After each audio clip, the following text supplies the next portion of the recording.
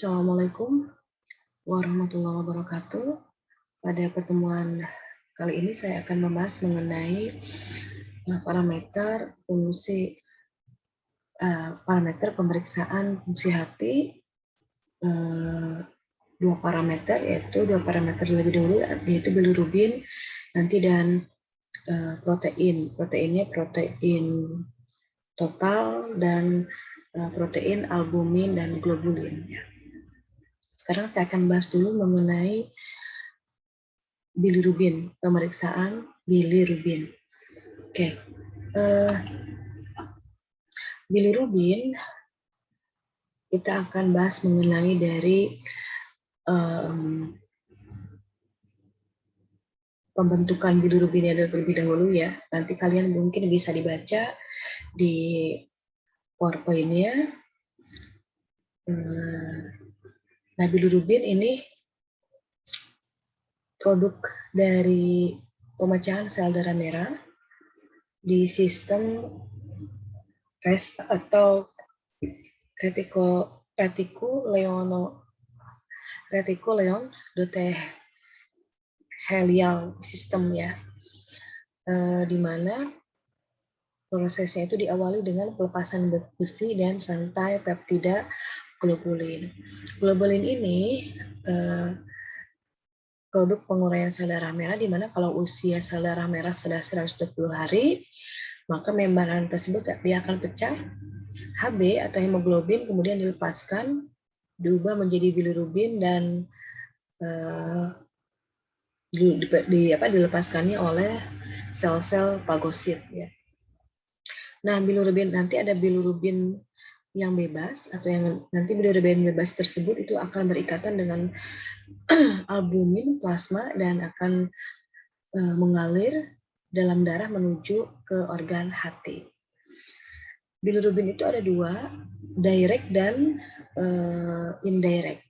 Bilirubin untuk yang indirect yaitu bilirubin yang memang belum mengalami konjugasi oleh hati.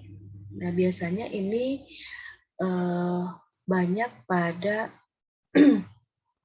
bayi ya, bayi yang memang bilirubin, di mana bilirubin indirect ini belum mengalami konjugasi oleh hati dengan bantuan asam glukuronat. Nah, sementara bilirubin direct itu mengalami konjugasi oleh asam glukuronat di dalam hati. Ada pemeriksaan bilirubin total, yaitu pengukuran bilirubin indirect dan direct, itu untuk pemeriksaan bilirubin total ya. Kemudian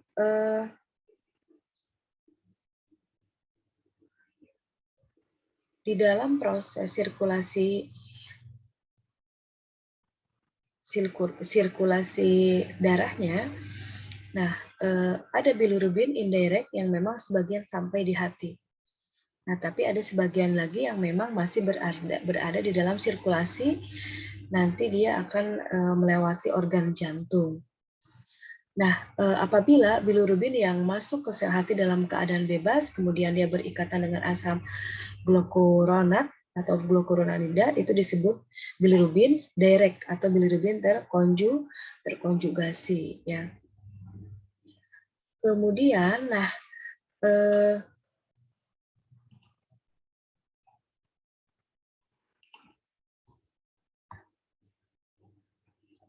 sebentar.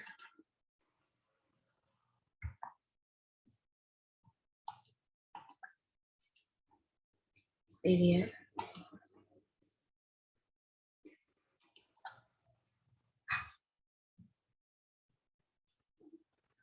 Perbedaan mana ya? Lewat sini. Nah, ya. Ini jenis atau sifat bilirubin, ada yang indirect dan direct. Untuk yang indirect, ciri pertama tidak larut dalam air, larut dalam alkohol, terikat oleh albumin, tidak mewarnai jaringan, dengan reagen azo tidak bereaksi, langsung perlu akselerator, ya, tidak dapat dalam urin, bilirubin yang terkonjugasi tidak dapat difiltrasi oleh glomerulus. Nah, ini biasanya ada pada bayi pada lahir yang mengalami kelainan atau kelebihan bilirubin. Kemudian bilirubin direct Ini cirinya larut dalam air, tidak larut dalam alkohol, tidak terikat oleh protein, mewarnai jaringan, dengan reagen azo dapat bereaksi, jadi tidak memerlukan akselerator gitu ya. Dapat ditemukan dalam urin, bilirubin yang terkonjugasi dapat difiltrasi oleh glomerulus. Nah, ini kalau pada tadi kan bilirubin itu dia dibuat secara alami di dalam tubuh ya. Jadi ada kalanya kadang hati tidak bisa memproses bilirubin di dalam hati. Ini karena kelebihan bilirubin, bisa karena memang kelebihan bilirubin gitu ya, atau juga karena terjadi penyumbatan atau pembekakan hati. Kemudian pada orang dewasa atau anak-anak ini berhubungan dengan apabila terjadi bilirubinnya tinggi, ini bisa berupa penyakit kuning gitu ya, atau yang disebut dengan ikterus. Nanti akan dibahas mengenai ikterus ya. Atau misalnya kulit atau penyakit mata yang menguning gitu ya. Nah, bagaimana kalau bilirubin pada bayi? Biasanya itu disebut dengan, jadi istilah lainnya adalah jaundice atau ikterus. Ini istilah dari kuning pada bayi baru lahir, atau disebut dengan jaundice atau ikterus gitu ya. Biasanya akan terlihat di 5 hari pertama pada setelah lahir.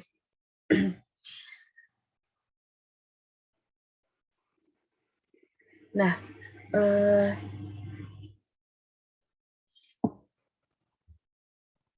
harusnya gitu kan ya, kalau atau apa ya namanya itu, bayi yang baru lahir ini disebut dengan apa ya, hiperbilirubinemia ya, karena memang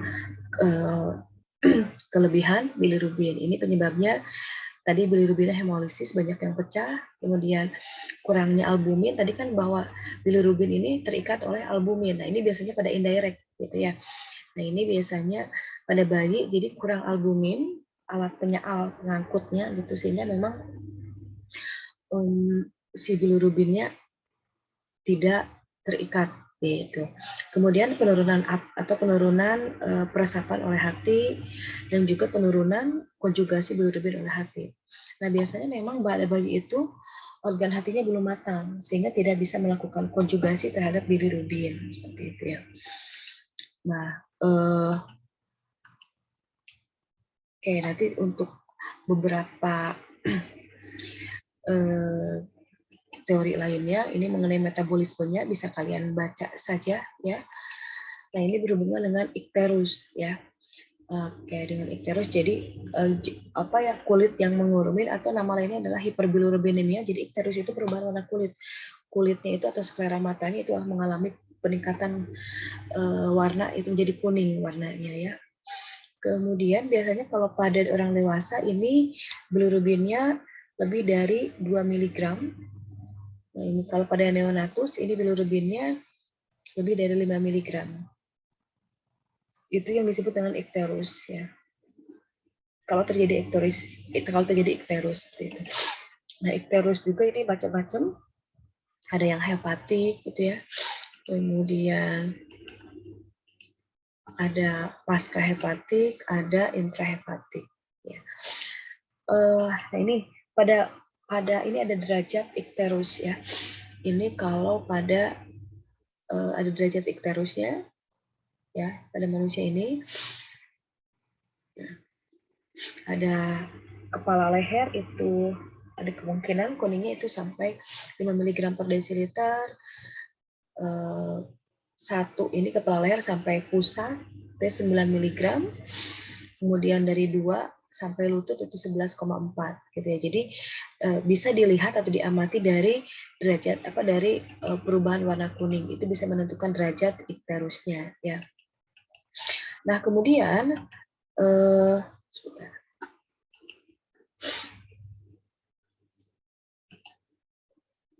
Kalian bisa juga lihat di KMK 1792 mengenai bilirubin ini ya. Nah, ini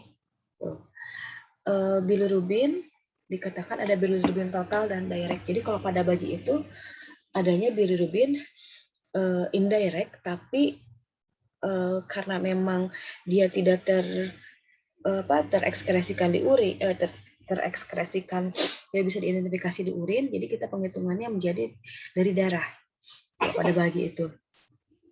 Nah, ini tadi ya bilirubin direct dan indirect, gitu ya.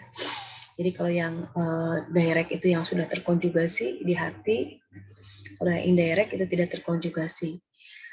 Karena memang kalau yang indirect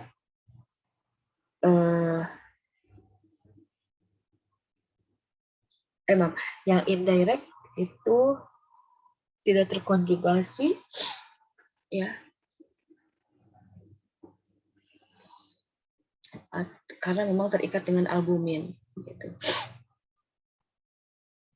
Kemudian ini pemeriksaannya ada metode generasi probe ya, ini bilirubin total bereaksi dengan azot. Nah, biasanya ini untuk sedangkan bilirubin indirect tidak bereaksi. Jadi untuk yang dewasa, kalau untuk generasi crop ini. Nah, kemudian ada juga yang banyak digunakan ini adalah diazosulfanilat atau DSA. Ini bereaksi, nah ini bisa untuk direct dan juga bisa untuk total, karena dia ada akseleratornya. Pembacaannya itu di panjang gelombang 546. Nah, spesimennya ini plasma EDTA atau heparin ya, serum juga buat diperbolehkan, pengambilan pena kapiler, ini stabilitasnya. Nah, yang paling penting kalau untuk pemeriksaan bilirubin ini tidak boleh terpapar dengan cahaya, artinya si sampel itu memang harus ditutup dengan bisa dengan plastik dengan kertas hitam ada khusus ya, atau dengan aluminium foil. Jadi jangan sampai si sampelnya terpapar oleh cahaya sinar matahari. Nah, ini ada linearitasnya untuk metode generasi crop ini sampai 25 mg per desiliter, untuk diazosulfanilat sampai 25 mg. Nah, limitasi batasannya ini tadi bahwa pemeriksaan bilirubin harus segera dikerjakan karena tadi dia tidak stabil dalam suhu kamar dan juga paparan cahaya ya. Sampel tidak boleh hemolisis. Bila serum lepemik gunakan belangko sampel. Nah, ini ada beberapa obat yang mempengaruhi, misalnya untuk menurunkan kadar bilirubin, ini obat kelompok barbiturat, aspirin, penisilin, kafein. Untuk meningkatkan ini ada antibiotik, diuretik, isoniazid, sulfonamid, diazepam ya, narkotik, barbiturat, steroid, kontrasepsi, vitamin A, C, K, dan tolbutamid. Ya. Nah, ini untuk bilirubin. Nah, ini untuk rujukannya karena tadi kan diazosulfanilat ini yang paling banyak digunakan karena ini bisa digunakan untuk pemeriksaan yang bayi dan juga dewasa gitu ya. Sementara untuk pemeriksaan untuk dengan metode ini metodenya dia ini metode dua-duanya diazosulfanilat. Ini untuk yang total ya, sementara ini untuk yang direct ya. Ini jadi pakainya yang umum itu diazosulfanilat. Kalau yang menggunakan metode generasi itu crop sudah tidak digunakan untuk saat ini ya. Nah, ini nilainya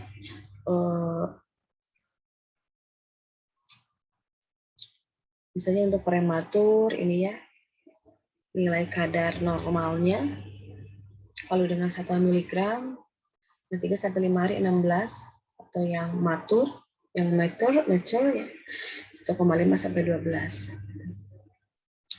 Kemudian sebentar.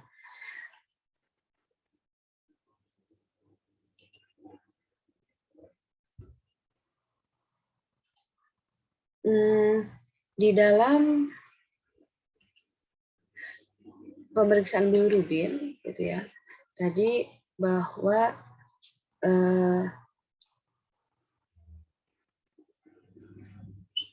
sebentar, saya buka dulu ini.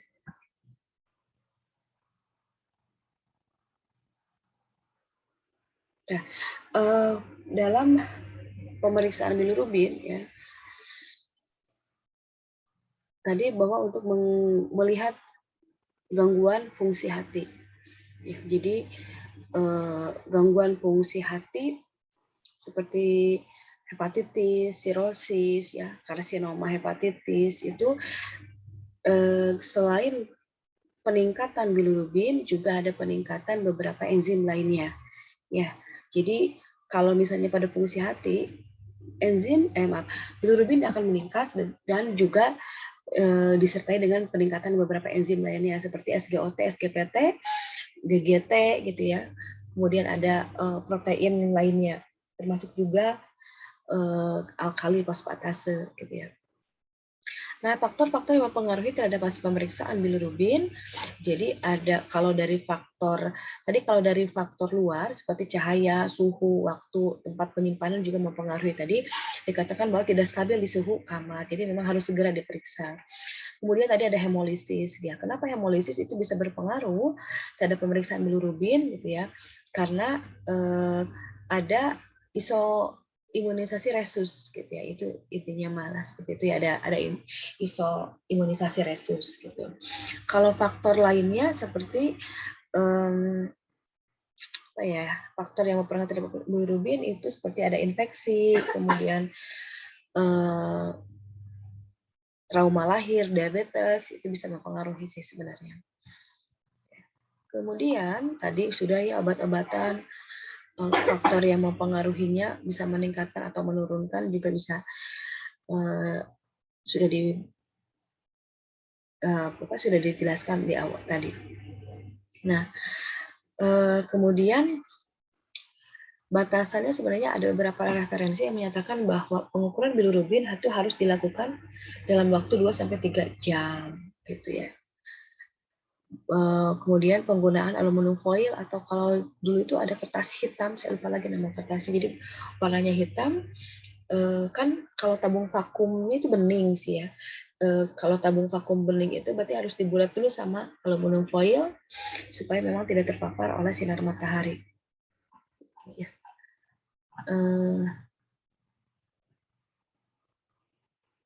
Oke.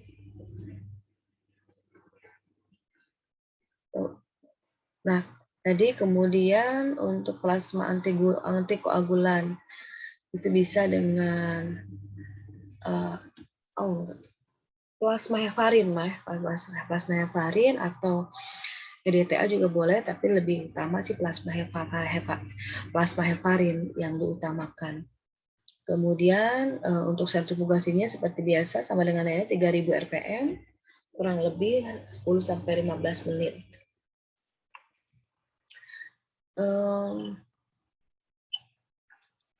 Nah, mungkin itu saja. Nah, untuk yang penjelasan bilirubin, ya kita coba lihat ada lagi nih ya. Untuk bilirubin sih seperti itu.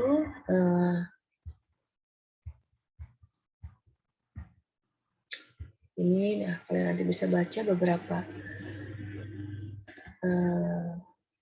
masalah klinis gitu ya. Ini berhubungan dengan bilirubin indirect seperti malaria ya. Tadi sudah dibahas, ini faktor yang mempengaruhi. Nah, pengolahan spesimen ya hubungannya sih dengan tadi bagaimana caranya supaya tidak terpapar saat cahaya sinar matahari langsung gitu. Jadi memang harus menggunakan aluminium foil atau kertas hitam gitu ya supaya memang sampelnya terjaga dari paparan sinar matahari. Nah, selanjutnya ada pemeriksaan protein. Ada pemeriksaan protein, nanti ada protein total dan juga ada pemeriksaan albumin dan globulin. Ya. Nah, ini untuk pemeriksaan protein total. Dulu di biokim kita pernah bahas bahwa protein itu merupakan polimer dari asam-asam amino. Ya, ada 24 asam amino yang menguntai protein gitu ya. Ini sedikit ya bahwa untuk biokimianya bahwa protein itu tersusun unsur organik kompleks, karbon, hidrogen, oksigen, dan nitrogen. Ada beberapa yang mengandung belerang dan fosfor gitu ya. Nah, fungsi dari protein ini, protein itu kan disintesis di hati. Nah, jadi terjadinya kelainan atau misalnya penurunan kadar itu berhubungan dengan disfungsi hati.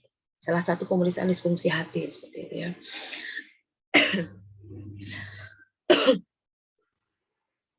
Nah, di dalam darah ada jenis-jenis protein ya, seperti hemoglobin, mioglobin, ada juga albumin, gitu ya. Kemudian ini jenis-jenis protein ya, karena protein itu ada yang protein primer, sekunder, kuaterner ya. Itu. Pengukuran kadar protein ini sangat penting untuk melihat beberapa penyakit seperti disfungsi hati. Ya, ini metabolisme protein. Jadi saya tidak akan bahas mungkin yang ini, nanti kalian bisa baca. Nah, kenapa dia bisa menyebabkan, kalau kita lihat bahwa bisa menyebabkan atau sebagai salah satu untuk penentu fungsi kelainan di hati, karena memang kalau terjadi kelebihan itu tidak akan disimpan dalam tubuh, melainkan akan dirombak di dalam hati ya. Nah, jadi kalau misalnya terjadi penumpukan protein, maka ada gangguan di dalam hati. Senyawa atau di hati itu kan ada enzim arginase. Ya, arginase ini nanti akan mensintesis atau merombak gitu ya, salah merombak protein. Ya, fungsinya salah satunya. Nah, hati itu jadi protein yang dibahas di sini adalah protein plasma. Jadi protein untuk mengetahui disfungsi hati, yaitu kita mengukur kadar proteinnya, protein plasma. Ya, jadi hati karena memang protein yang ada di dalam plasma darah gitu. Jadi bukan protein yang memang sudah dalam bentuk protein fungsi seperti hemoglobin, itu kan tidak, itu kan hemoglobin ada di semua organ gitu ya, atau misalnya dalam bentuk protein yang sudah terbentuk menjadi jaringan, tidak, tapi yang untuk melihat apakah terjadi kelainan atau disfungsi hati yaitu protein plasma. Apa saja yang termasuk ke dalam protein plasma itu ada alfa dan beta globulin, ada albumin, ada fibrinogen dan protombin. Mungkin kalian pernah mendengar fibrinogen dan protombin itu ada komponen di dalam proses pembekuan darah. Nah, sementara untuk albumin dan alfa, nah itu yang akan mengindikasi adanya disfungsi hati. Nah, kita lihat nih. Biasanya ada yang disebut dengan hiperalbumin dan hipoalbumin. Nah, kenapa? Kita bahas dulu albumin. Ini di dalam protein plasma, albumin itu kan 40% ya terdapat di dalam plasma, 60%-nya terdapat di dalam ekstrasel, seperti itu ya. Sementara yang bisa diidentifikasi itu adalah plasma gitu, dan 60% lain itu kan sukar untuk diidentifikasi secara memang pemeriksaan kimia darahnya gitu. Nah, ukurannya untuk albumin itu 69 kilodalton ya. Kemudian banyak keadaan yang menyebabkan terjadinya penurunan ataupun peningkatan kadar albumin tadi, bisa hiperalbumin ataupun hipoalbumin ya. Mekanisme dapat menyebabkan terjadinya penurunan kadar albumin atau hipoalbumin. Salah satunya adalah berkurangnya produksi albumin di hati, yaitu istilahnya ya hipoalbumin itu. Atau gangguan hati yang parah, penyebab penurunan albumin di hati itu seperti sirosis ya, atau akibat karena alkoholisme, pengkonsumsi alkohol gitu ya. Itu bisa menyebabkan penyakit hati ya, seperti itu. Atau hepatitis kronis juga bisa disebabkan. Nah, tadi protein kan dia bisa berbentuk polipeptida berupa rantai panjang gitu kan ya, yang komponennya asam-asam amino gitu.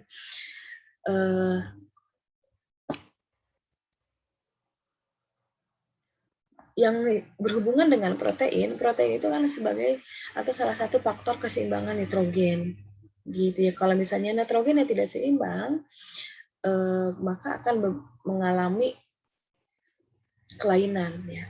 Keseimbangan nitrogen ini bisa distabilkan dengan terekskresikannya nitrogen di dalam atau nitrogen protein yang dikatakan seimbang itu apabila terjadi pengekspresian nitrogen ya, apakah itu lewat urin, feses, keringat, muntahan, kulit, darah, haid, rambut yang lepas atau seperti itu ya.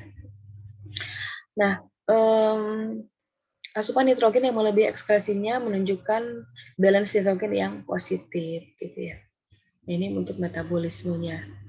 Oke, nah tadi dikatakan bahwa protein itu dalam plasma atau serum itu terdiri dari 60% albumin dan 40% globulin, gitu ya. Dari 60% albumin, 40% globulin. Albumin merupakan protein yang memiliki struktur sederhana dengan jumlah sedikit di dalam sel. Sementara globulin itu protein dengan jumlah yang banyak di dalam sel.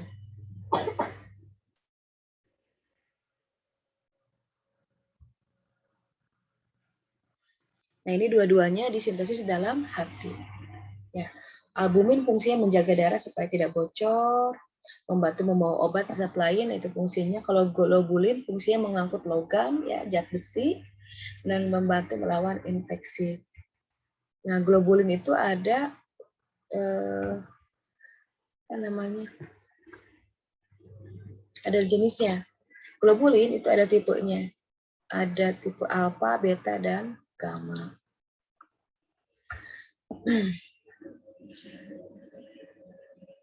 Oke, pemeriksaan protein total.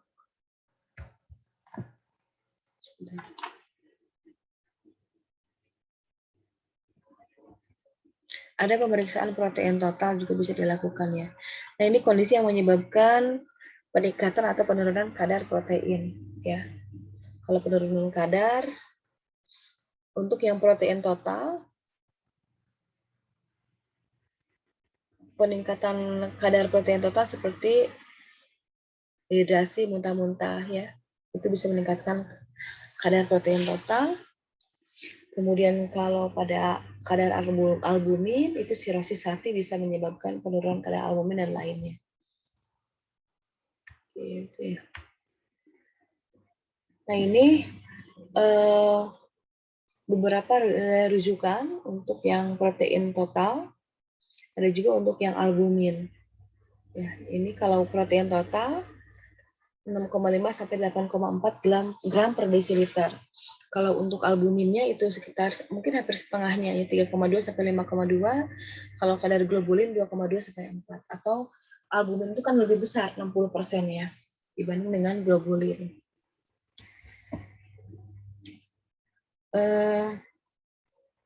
Nah, untuk sebentar. Nah, kita lihat bagaimana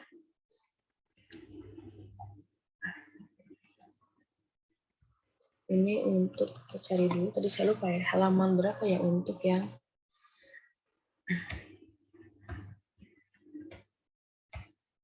albumin. Nah, ini albumin.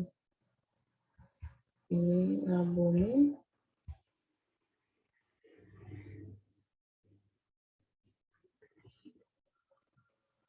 Nah, albumin tadi ya. Ini albumin karena memang 60% di dalam plasma itu protein utama ya. Mempertahankan onkotik dalam darah gitu ya. Digunakan untuk mengevaluasi status nutrisi, albumin hilang pada penyakit akut, penyakit hati, penyakit ginjal, proteinuria, perdarahan, luka bakar, eksudat, dan perdarahan saluran cerna dan penyakit lainnya. Pemeriksaannya metode yang sering digunakan yaitu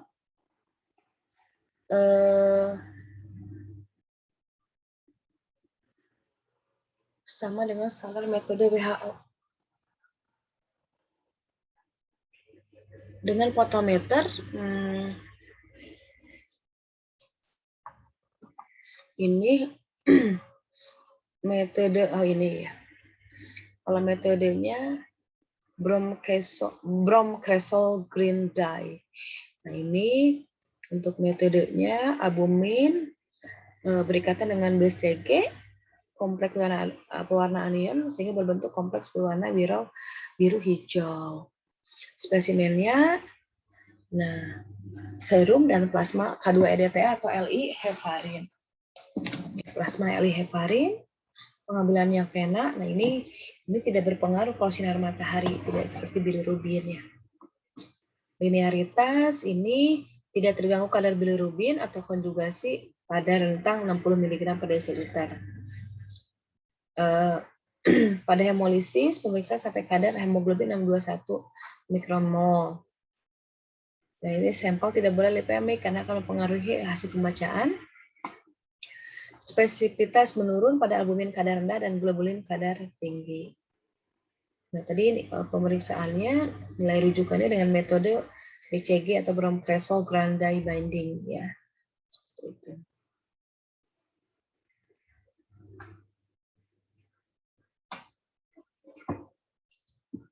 Itu untuk albumin ya. Kita sini ada globulin. Kita cari dulu yang globulin. Ini nggak bisa di-find atau di-search karena bukan PDF, tapi kayak dipoto gitu yang dipindahkan ke dalam bentuk PDF. Tampilannya tampilan foto. Nah, ini untuk yang protein total, tadi protein total itu berarti gabungan dari seluruh protein, terutama albumin dan globulin ya. Disintetis di hati sama ini untuk pemeriksaan hati ya, fungsi hati gitu.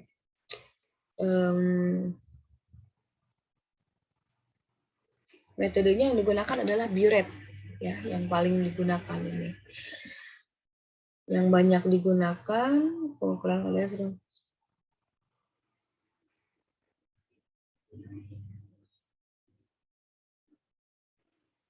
Oh, ini standar WHO itu ada dengan metode Biuret ada ya. Dengan metode Biuret ada juga dengan metode kalau ini untuk urin ya dan cairan otak itu ada dengan metode turbidimetrik. Sampelnya serum, plasma, K2-EDTA, Li heparin. Ini pilihan utama karena memang tadi dikatakan bahwa pemeriksaan hati ini, pemeriksaan protein total ataupun globulin dan albumin itu untuk mengidentifikasi disfungsi hati. Ya, alangkah baiknya memang menggunakan Li heparin. Limitasinya, spesimen hemolisis sampai kadar Hb 184 dan lipemik dengan kadar lipid 7 mmol per liter. Ini kemudian bisa terjadi false high pada 48 jam ya, apabila bisa palsu gitu ya, bisa positif palsu yang tinggi. Palsu tinggi artinya bilirubinnya positif ya. Penggunaan kontras warna bromfenolphthalein dan juga pemasangan tourniquet yang terlalu lama, lebih dari 1 menit. Obat yang meningkatkan kadar protein total, serum atau plasma, steroid anabolik, androgen, kemudian dextran, epinefrin, natrium heparin, kalsium heparin, insulin, progesteron, hormon tiroid. Sementara menurunkan kadar protein total, obat-obat golongan hepatotoksik, kontrasepsi oral, dan allopurinol. Kadar protein serum dan total akan lebih rendah bila spesimen dikumpulkan pada posisi. Jadi ini posisi pengambilan sampel juga berpengaruh ya. Harus diperhatikan. Kadar protein total plasma lebih tinggi 4% daripada kadar protein total serum. Karena adanya fibrinogen, makanya alangkah baiknya adalah plasma ya. Karena kalau di serum ini pengaruhnya dari fibrinogen. Ini rujukan untuk yang pakai metode Biuret karena memang dari WHO-nya ini masih standarnya menggunakan biuret.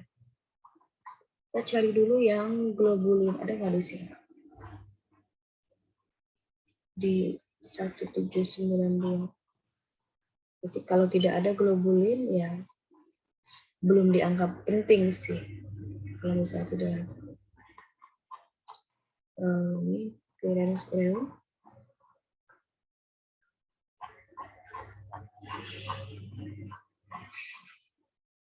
Ini kelas total kayaknya globulin nggak ada. MDA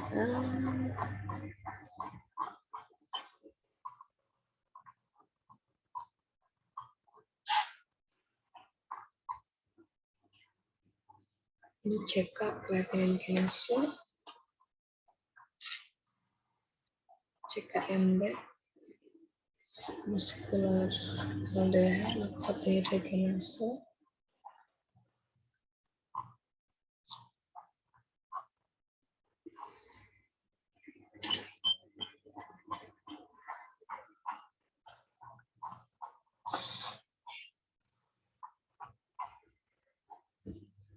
Kayaknya tidak ada untuk globulin.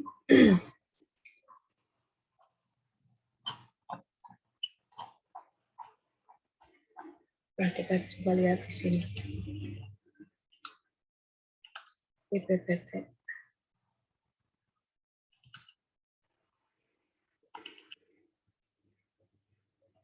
Nah, ini biasanya ada penentuan protein-protein spesifik. Tadi kan globulin itu ada alfa, beta, dan gamma. Nah, untuk penentuannya, penentuan globulin di dalam sampel itu bisa menggunakan dengan serum protein elektroforesis ya.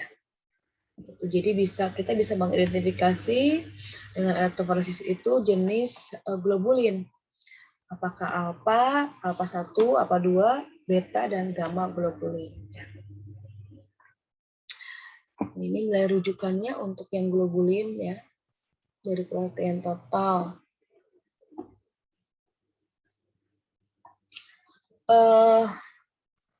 Contoh atau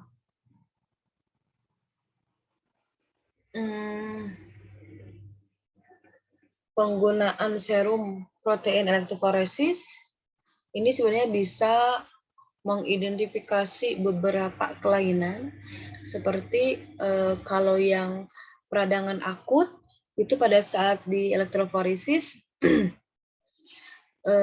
alfa 1 dan alfa 2-nya meningkat. Kalau yang peradangan subakut albuminnya menurun, alfa 1 alfa 2 meningkat. Kemudian gamma globulin meningkat ya. Kalau yang sirosis itu albuminnya menurun, globulin alfa 1, alfa 2, beta, gamma meningkat ya. Atau pada myeloma albumin menurun, globulin yang meningkat ya, seperti itu ya cara membacanya untuk yang beberapa gambarannya kelainannya. Nah, ini ada kondisi yang menyebabkan hipoalbuminemia ya. Contoh di sini untuk yang sintesis berkurang, albuminnya sintesisnya berkurang, misalnya penyebab apa ternyata malnutrisi, sindrom malabsorpsi, hepatitis akut gitu ya. Yang paling parah itu misalnya kehilangan faktor berganda itu ya, ini sirosis hati ya, terutama dan gagal jantung kongestif. Nah, ini tadi ya penentuan kadar proteinnya dengan metode biuret itu yang masih yang masih digunakan sebagai standar ya. Atau ada tadi untuk yang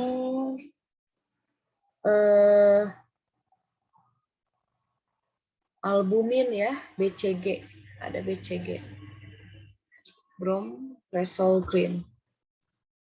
Nah, dengan bromcresol green.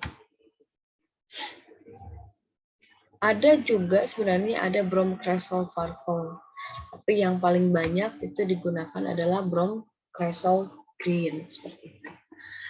Nah, mungkin itu saja yang bisa saya sampaikan, 2 parameter. Nanti saya akan lanjut di video berikutnya pemeriksaan atau parameter pemeriksaan fungsi hati lainnya seperti pemeriksaan enzim PT SGOT, gamma GT, kemudian kolinesterase. Ya, terima kasih. Sekian dulu dari saya. Assalamualaikum warahmatullahi wabarakatuh.